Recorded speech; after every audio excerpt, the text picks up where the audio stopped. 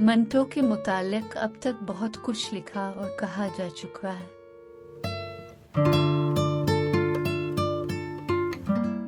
इसके हक में कम और खिलाफ ज्यादा।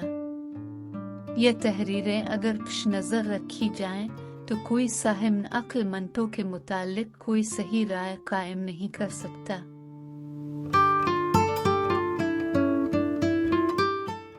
मैं ये मजमून लिखने बैठा हूँ और समझता हूँ कि मंटो के मुतालिक अपने ख्यालात का इजहार करना बड़ा कठिन काम है, लेकिन एक लिहाज से आसान भी है, इसलिए कि मंटो से मुझे कुर्बत का शर्फ हासिल रहा है और सच पूछिए तो मंटो का मैं हमजाद हूँ।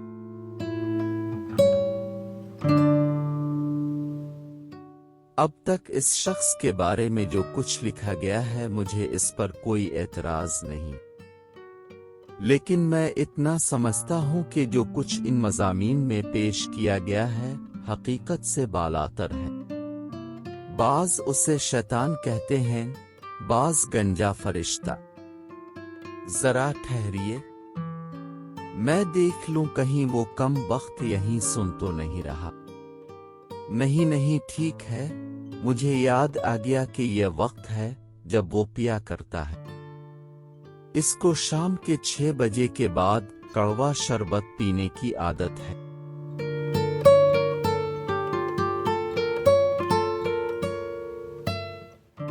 हम इकट्ठे ही पैदा हुए और ख्याल है कि इकट्ठे ही मरेंगे, लेकिन ये भी हो सकता है कि सादत हसन मर जाए और मंटो ना मेरे, और हमेशा मुझे ये अंदेशा बहुत दुख देता है, इसलिए कि मैंने इसके साथ अपनी दोस्ती निभाने में कोई कसर उठा नहीं रखी।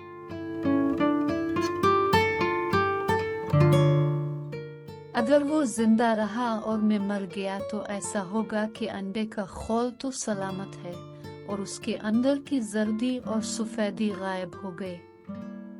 अब मैं ज्यादा तमहीद में जाना नहीं चाहता।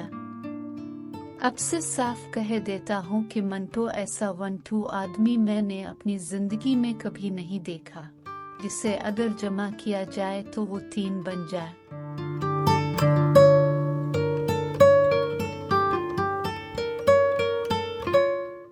मसलस के बारे में उसकी मालूमात काफी हैं, लेकिन मैं जानता हूँ कि अभी उसकी तसलीस नहीं हुई। ये इशारे ऐसे हैं जो सिर्फ बाफहम सामीन ही समझ सकते हैं।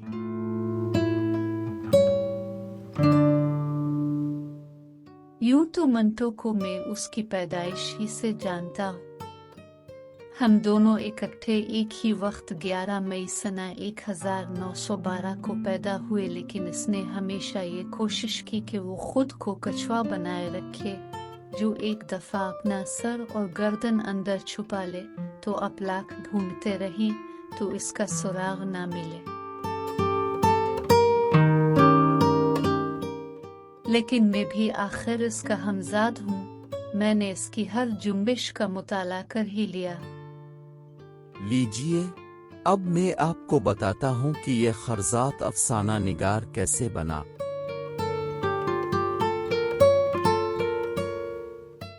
तनकीद निगार बड़े लंबे चौड़े मज़ामीन लिखते हैं, अपनी हमादानी का सबूत देते हैं। Schopenhauer, fraud, Hegel, Nietzsche, marks के हवाले देते हैं, मगर हकीकत से कोसों दूर रहते हैं। मंटो की अफसाना निगारी 2 मुतजाद अनासिर के तसादुम का बाइस है। इसके वालिद खुदा उन्हें बख्शे बड़े सख्त गिर थे और उसकी वालिदा बेहद नर्म दिल। इन 2 पार्टों के अंदर पसकर ये दान गंदुम किस शक्ल में बाहर निकला होगा, इसका अंदाजा अब कर सकते हैं।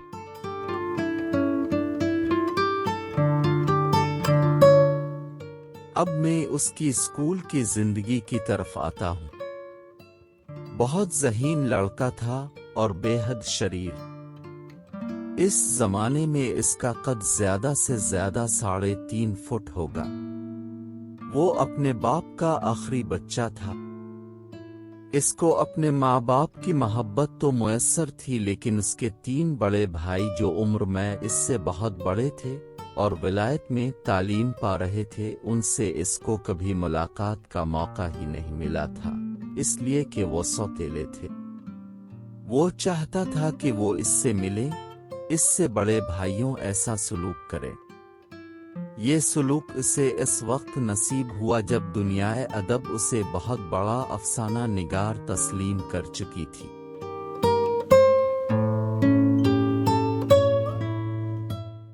अच्छा, अब इसकी अफसाना निगारी के मुताल्लिक सुनिए। वो अव्वल दर्जे का फ्रॉड है। पहला अफसाना इसने बॉनवान तमाशा लिखा, जो जलियांवाला बाग के खूनी हादसे से मुताल्लिक था। ये इसने अपने नाम से न छपवाया। यही वजह है कि वो पुलिस की दस्तबर्द से बच गया। इसके बाद इसके मतलून मिजाज में एक लहर पैदा हुई कि वो मजीद तालीम हासिल करे। यहाँ इसका जिक्र दिलचस्पी से खाली नहीं होगा कि उसने एंट्रेंस का इम्तिहान 2 बार फेल होकर पास किया, वो भी 3rd डिवीजन में। और आपको ये सुनकर भी हैरत होगी कि वो उर्दू के पर्चे में नाकाम रहा। अब लोग कहते हैं कि वो उर्दू का बहुत बड़ा अदीब है, और मैं ये सुनकर हंसता हूँ, इसलिए कि उर्दू अब भी इसे नहीं आती। वो लफ्जों के पीछे यूं भागता है जैसे कोई जाल वाला शिकारी तितलियों के पीछे।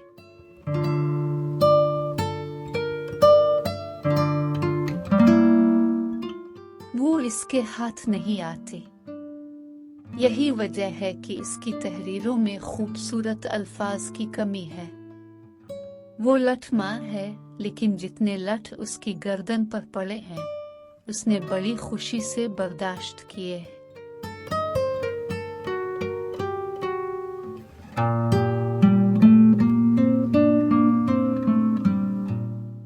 इसकी लठबाजी आम मुहावरे के मुताबिक जाटों की लठबाजी नहीं है, वो बनोट और फकीत है। वो एक ऐसा इंसान है जो साफ और सीधी सड़क पर नहीं चलता, बल्कि तने हुए रस्सी पर चलता है। लोग समझते हैं कि अब गिरा, लेकिन वो कम बख्त आज तक कभी नहीं गिरा। शायद गिर जाए ऊंधे मुन कि फिर न उठे, लेकिन मैं जानता हूँ कि मरते वक्त वो लोगों से कहेगा कि मैं इसीलिए गिरा था कि गिर उठ की मायूसी खत्म हो जाए।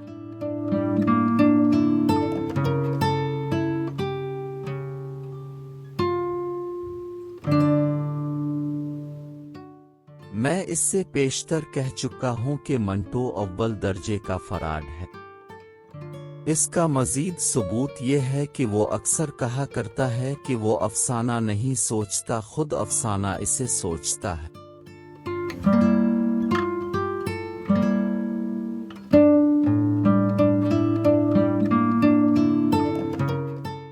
ये भी एक फराड है, हालांकि मैं जानता हूँ कि जब उसे अफसाना लिखना होता है तो उसकी वही हालत होती है जब किसी मुर्गी को अंडा देना होता है, लेकिन वो ये अंडा छप कर नहीं देता, सबके सामने देता है।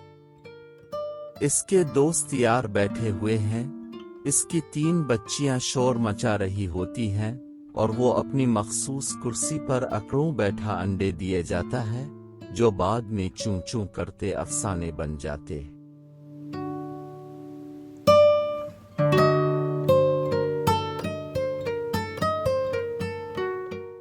इसकी बीवी इससे बहुत नाला है। वो इससे अक्सर कहा करती है कि तुम अफसाना निगारी छोड़ दो, कोई दुकान खोल लो, लेकिन मंटो के दिमाग में जो दुकान खुली है, इसमें मनियारी के सामान से कहीं ज्यादा सामान मौजूद है।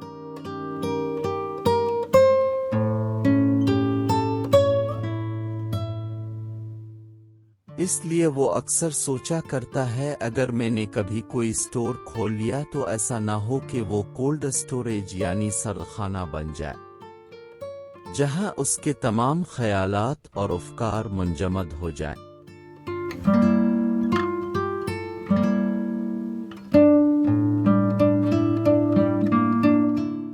میں یہ مضمون لکھ رہا ہوں اور مجھے ڈر ہے کہ منٹو مجھ سے خفا ہو جائے گا۔ اس کی ہر چیز برداشت کی جا سکتی ہے مگر خفگی برداشت نہیں کی جا سکتی۔ خفگی کے عالم میں وہ بالکل شیطان بن جاتا ہے، لیکن صرف چند منٹوں کے لیے، اور وہ چند منٹ کی پناہ۔ افسانہ لکھنے کے معاملے میں وہ نخرے ضرور بگھارتا ہے، لیکن میں جانتا ہوں، اس لیے کہ اس کا ہمزاد ہوں، کہ وہ فراڈ کر رہا ہے۔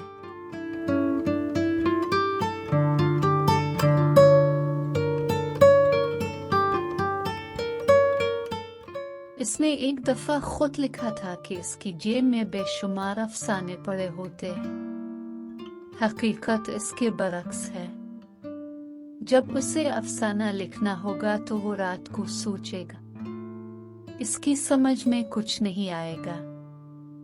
صبح 5 بجے اٹھے گا اور اخباروں سے کسی افسانے کا رس چوسنے کا خیال کرے گا، لیکن اسے ناکامی ہوگی۔ پھر وہ غسل خانے میں جائے گا۔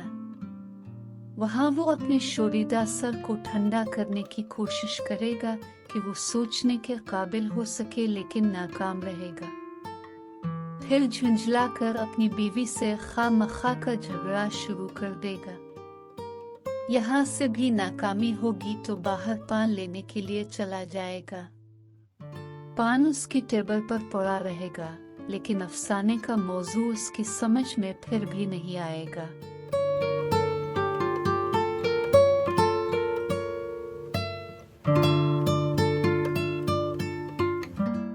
آخر وہ انتقامی طور پر قلم اور پنسل ہاتھ میں لے گا اور 786 لکھ کر جو پہلا فقرہ اس کے ذہن میں آئے گا، اس سے افسانے کا آغاز کر دے گا۔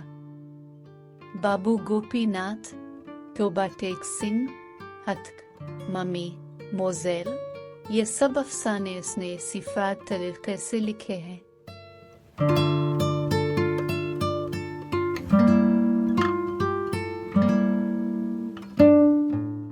یہ عجیب بات ہے کہ لوگ اسے بڑا غیر مذہبی اور فحش انسان سمجھتے ہیں، اور میرا بھی خیال ہے کہ وہ کسی حد تک اس درجہ میں آتا ہے، اس لیے کہ اکثر اوقات وہ بڑے گہرے موضوعات پر قلم اٹھاتا ہے اور ایسے الفاظ اپنی تحریر میں استعمال کرتا ہے جن پر اعتراض کی گنجائش بھی ہو سکتی ہے، لیکن میں جانتا ہوں کہ جب بھی اس نے کوئی مضمون لکھا، پہلے صفحے کی پیشانی پر 786 ضرور لکھا، جس کا مطلب ہے بسم اللہ، اور یہ شخص جو اکثر خدا سے منکر نظر آتا ہے کاغذ پر مومن بن جاتا ہے۔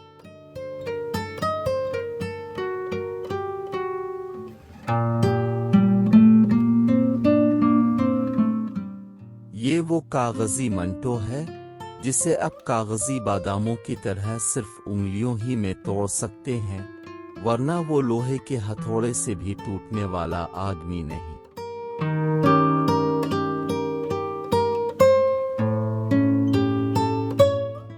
اب میں منٹو کی شخصیت کی طرف آتا ہوں۔ جو چند القاب ہیں بیان کیے دیتا ہوں۔ وہ چور ہے، جھوٹا ہے، دغاباز ہے اور مجمع گیر ہے۔ اس نے اکثر اپنی بیوی کی غفلت سے فائدہ اٹھاتے ہوئے کئی 100 روپے اڑائے ہیں۔ ادھر 8/16 کے دیے اور چور آنکھ سے دیکھتا رہا کہ اس نے کہاں رکھے ہیں، اور دوسرے دن اس میں سے ایک سبزہ غائب کر دیا، اور اس بیچاری کو جب اپنے اس نقصان کی خبر ہوئی تو اس نے نوکروں کو ڈانٹنا ڈپٹنا شروع کر دیا۔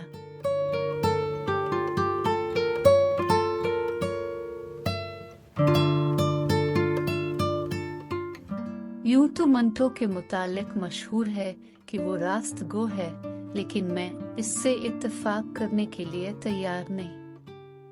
वो अव्वल दर्जे का झूठा है।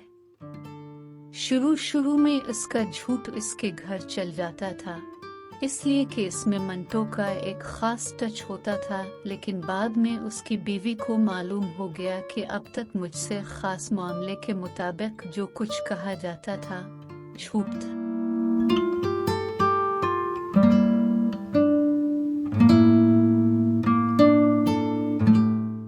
मंटो झूठ बकदम किफायत बोलता है, लेकिन इसके घर वाले मुसीबत है कि अब ये समझने लगे हैं कि इसकी हर बात झूठी है। इस तुल की तरह जो किसी औरत ने अपने गाल पर सुरमे से बना रखा हो।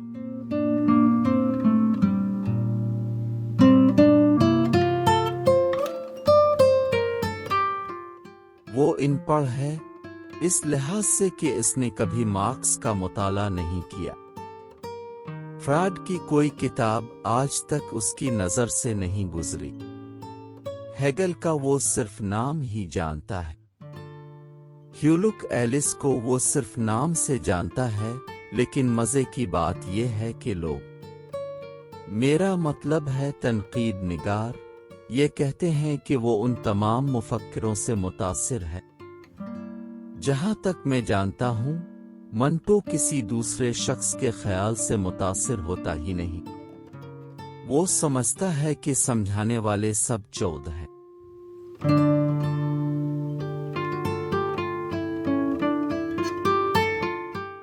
दुनिया को समझाना नहीं चाहिए, इसको खुद समझना चाहिए। खुद को समझा कर वो एक ऐसी समझ बन गया है जो अक्लो फहम से बालातर है। बाज औकात ऐसी ओट पिटंग बातें करता है कि मुझे हंसी आती है। मैं आपको पूरे वसूख के साथ कह सकता हूं कि मंटो, जिस पर फहश निगारी के सिलसिले में कई मुकदमे चल चुके हैं, बहुत तहारत पसंद है, लेकिन मैं ये भी कहे बगैर नहीं रह सकता कि वो एक ऐसा पांदाज है जो खुद को झाड़ता फटकता रहता है।